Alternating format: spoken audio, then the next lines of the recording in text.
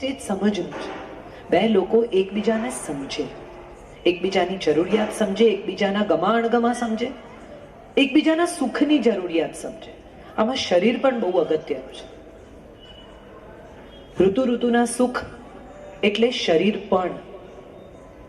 પતિ પત્નીના સંબંધમાં શરીર બહુ અગત્યની બાબત છે. જે લોકો એમ માને છે કે આ કોઈ દિવ્ય દુન્યવી સંબંધોથી ઉપર કશું પવિત્ર છે, તો એ લોકોએ એવું યાદ રાખવું જોઈએ કે સર્જન જેટલી પવિત્ર બાબત આ દુનિયામાં બીજી કોઈ નથી. અને ઈશ્વરે સર્જન સાથે શરીરને જોડ્યું છે. નવા જીવને જન્મ આપવાની પ્રક્રિયા સાથે શારીરિક સંબંધ જોડાયેલો છે. અને હું માનું છું કે જો એ સંબંધને કોઈ પણ અપવિત્રતાથી જોતું હોય તો એને સૌથી પહેલા પોતાની દ્રષ્ટિ સુધારવાની જરૂર છે. આપણા દેશમાં પતિ પત્ની એકબીજાને વહાલ નથી કરતા.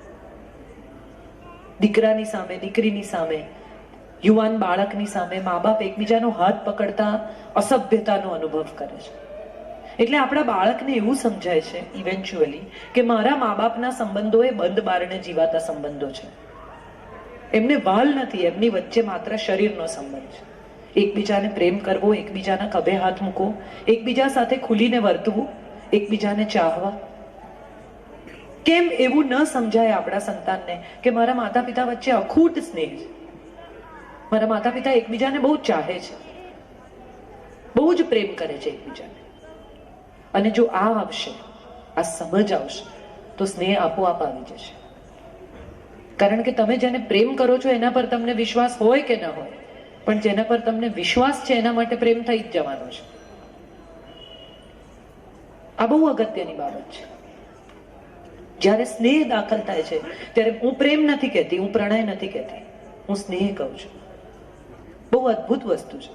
કૃષ્ણાયનમાં મેં લખ્યું છે, દ્રૌપદી પૂછે છે કૃષ્ણને એના મૃત્યુના સમયે કે તું હવે મને આજે કહી દે કે તું મને પ્રેમ કરે છે કે નથી કરતો.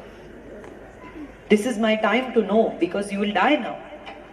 અને ત્યારે કૃષ્ણ કહે છે કે હા, હું તને બહુ પ્રેમ કરું છું, કારણ કે પ્રેમ મારા માટે મંગલની કામના છે, શુભની ઝંખના છે, તારા સ્વમાનની રક્ષા છે.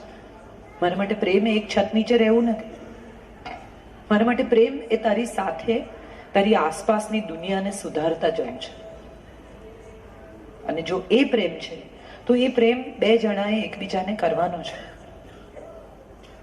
આ બહુ અગત્યનું છે કે આપણે પ્રેમને ફૂલો સાથે, ચોકલેટ સાથે, ગિફ્ટ સાથે, અમુક તારીખો સાથે, અમુક ઘટનાઓ સાથે જોડી દઈએ છીએ.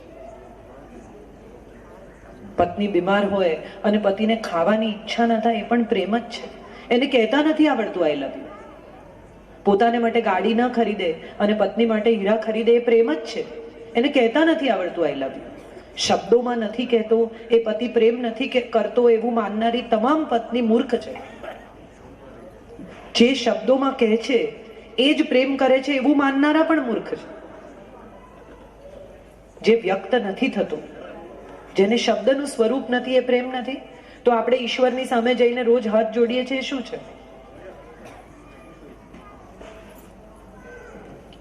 ઈશ્વર સાથેના આપણા સંબંધો એ પ્રેમથી ઉપર નથી. સૌથી અગત્યની વાત કદાચ મને એ પણ લાગે છે કે આપણે બધા ભગવાન પાસે માગવા જઈએ છીએ. ભાગ્યે જ કોઈ હાથ જોડીને થેન્ક યુ કહેવા જાય છે. તે જે આપ્યું છે, હું જે ભોગવું છું, મને જે મળ્યું છે, એ બધા માટે હું આભારી છું. મારી પાસે જે છે એનાથી વધારે મને હવે આપીશ. આવું તો આપણે કદી ભગવાનને કહેતા જ નથી. ઉલટાને બાર્ટર કરીએ છીએ. મારા માટે આમ કરતો, હું તારા માટે આમ કરીશ. તું મને આમ કરી આપ તો હું તને નારિયેળ ચડાવીશ. અરે નારિયેળ એને જ બનાવ્યું છે, એને ક્યાં ચડાવો છો? હું 5 દીવા કરીશ. 5 દીવા તમે કરી શકો એટલું ઘી તો એણે તમને આપ્યું છે. કેટલા લોકો આ દેશમાં લુખ્ખી રોટલી ખાય છે? તમે ઘીના દીવા કરી શકો એ સ્થિતિમાં તો એણે જ તમને મૂક્યા છે. એને ક્યાં તમે લાલચ આપો છો? અશબ્દ રહીને કરવામાં આવતો પ્રેમ આ જગતનો ઉત્તમ પ્રેમ છે. રાધા કૃષ્ણની પૂજા કરીએ છીએ આપણે, પતિ પત્ની નહોતા. આ દેશમાં, આ દુનિયામાં, દેશમાં શું કરવા, એ જ પ્રેમીઓ અમર થયા છે જે બે પરણ્યા નથી. લૈલા મજનુ, શીરી ફરહાદ, હીર રાંઝા, આ કોઈના લગ્ન નહોતા થયા એટલે અમર થઈ ગયા. બિચારા હજારો લાખો જે પરણી ગયા પ્રેમીઓ,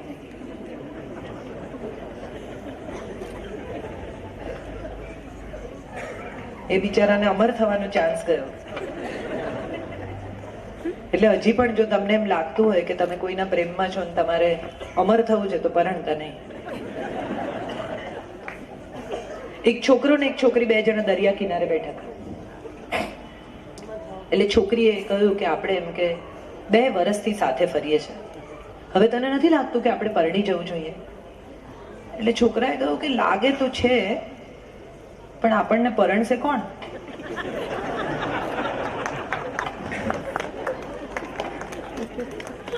એટલે આ પણ એક દિશા છે પ્રેમની.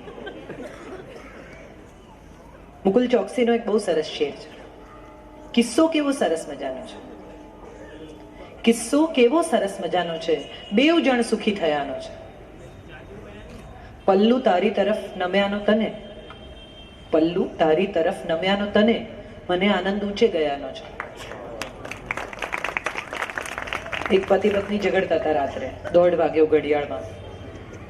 ચાલ્યું 11-10 વાગ્યાથી ચાલતું હશે, 9 વાગ્યાથી, કોને ખબર. 1:30 વાગ્યો એટલે પત્નીએ બગાસું ખાધું ને પછી એને પૂછ્યું કે હવે તમારે જીતવું છે કે ઊંઘી જવું છે?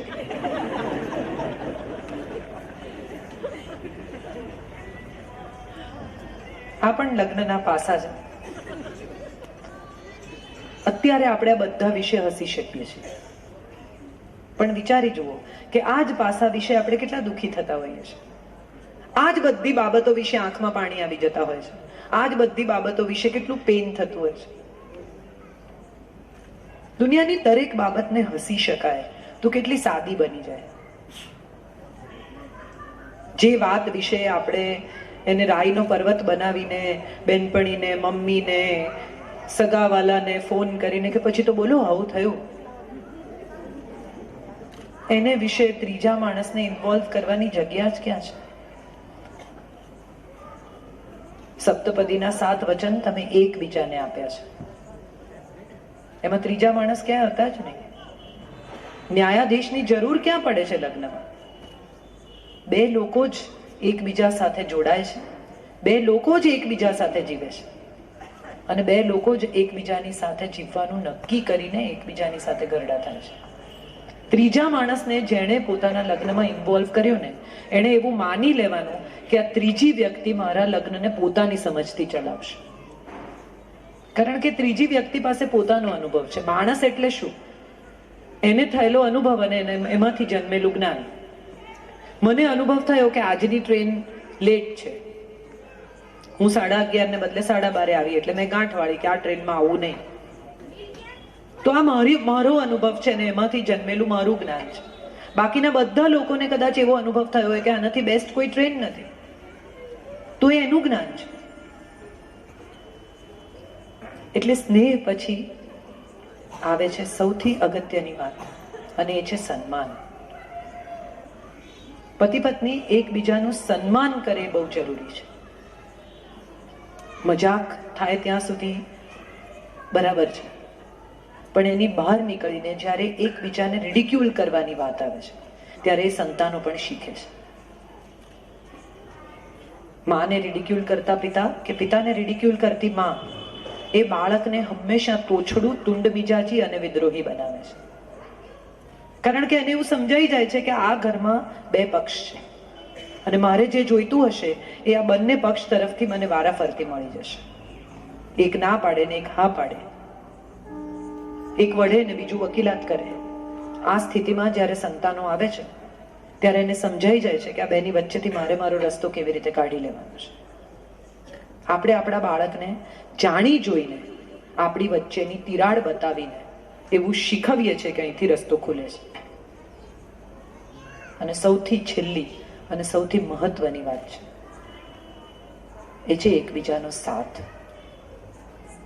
2 લોકો જ્યારે સાથે રહેવાનું નક્કી કરે છે ને ત્યારે એમાં હંમેશા સારા ખરાબ પાસા આવવાના જ છે. એક થાળી પણ આપણે પીરસીએ ને તો એમાં બધી વાનગી આપણને ભાવે એવું જરૂરી નથી.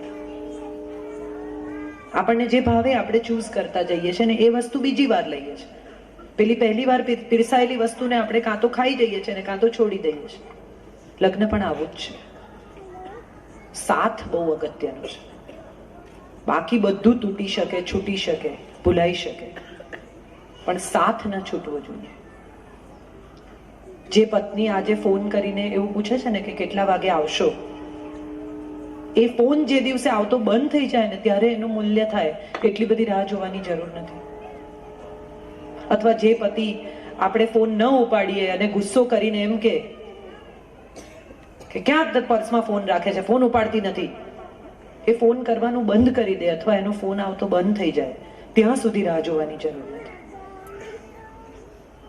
લગ્ન બહુ અદ્ભુત વસ્તુ છે અને મને હંમેશા એવું લાગ્યું છે કે પ્રસન્ન દાંપત્ય માટે બહુ સાદી જરૂરિયાતો છે અને આ સાદી જરૂરિયાતોને આપણે કોમ્પ્લેક્સ કરી નાખી છે, ગૂંચવી નાખી છે. લગ્નને એટલું બધું અઘરું બનાવી દીધું છે કે એમાંથી નીકળતા નીકળતા નીકળતા નીકળતા માણસ જાળામાં વધુ ને વધુ ફસાતો જાય છે. અને લગ્નેતર સંબંધોની ચર્ચા જ્યારે નીકળે છે ત્યારે મને હંમેશા એવું સમજાયું છે કે જો અહીં નથી મળ્યું તો એ ક્યાંય નહીં મળે. કારણ કે આપણામાં જ કશું ખૂટે છે. એ બહારની વ્યક્તિ ભરી આપશે એવું જો આપણે માનતા હોઈએ તો એ આપણાથી વધારે મૂર્ખ આ જગતમાં કોઈ નથી. જે સ્વયંમાં સભર છે એને માટે બધે જ પ્રેમ છે અને જે સ્વયંમાં રિક્ત છે એને માટે ક્યાંય કશું નથી. લગ્નેતર સંબંધો બહુ આકર્ષક હોઈ શકે પણ એના EMI બહુ મોંઘા છે. હસી શકાય, આમાં કાંઈ મેં એવું કહ્યું નથી જે તમને ખબર નથી. આપણે ક્રેડિટ કાર્ડ ઘસતી વખતે વિચાર નથી કરતા, પણ પછી જ્યારે પહેલું બિલ ફરફરિયું આવીને પડે ત્યારે સમજ પડે. એવી સ્થિતિમાં મુકાવાને બદલે એક બહુ સરસ પ્રસંગ છે સંત રાબિયાનો. સ્ટ્રીટ લાઇટની નીચે કશુંક શોધતો હતો, લેમ્પના અજવાળે. એટલે ત્યાંથી સંત રાબિયા પસાર થતા હતા. એમણે પૂછ્યું કે તું શું શોધે છે? તો કે હું મારી વીંટી શોધું છું. તો કે અહીંયા પડી છે? તો કે ના, એ અંદર ઘરમાં અંધારામાં પડી છે. તો કે તો અહીંયા કેમ શોધે છે? તો કે અહીંયા અજવાળું છે એટલે. આપણે બધા લગભગ આવું જ કરીએ છીએ. જ્યાં અજવાળું છે ત્યાં વીંટી શોધીએ છીએ, પણ જ્યાં પડી છે ત્યાં નથી શોધતા. જ્યાં આટલા વર્ષો ખર્ચ્યા છે, જિંદગીના ઉત્તમ સમયે, જિંદગીની ઉત્તમ પળો, જિંદગીની યુવાની, શરીર, મન, આત્મા, હૃદય જ્યાં ઇન્વેસ્ટ કર્યું છે, ત્યાંથી જ્યારે વ્યાજ લેવાનો, રિટર્ન લેવાનો સમય આવે ત્યારે આપણે ક્યાંક બીજે કશુંક શોધવા નીકળી જઈએ છીએ.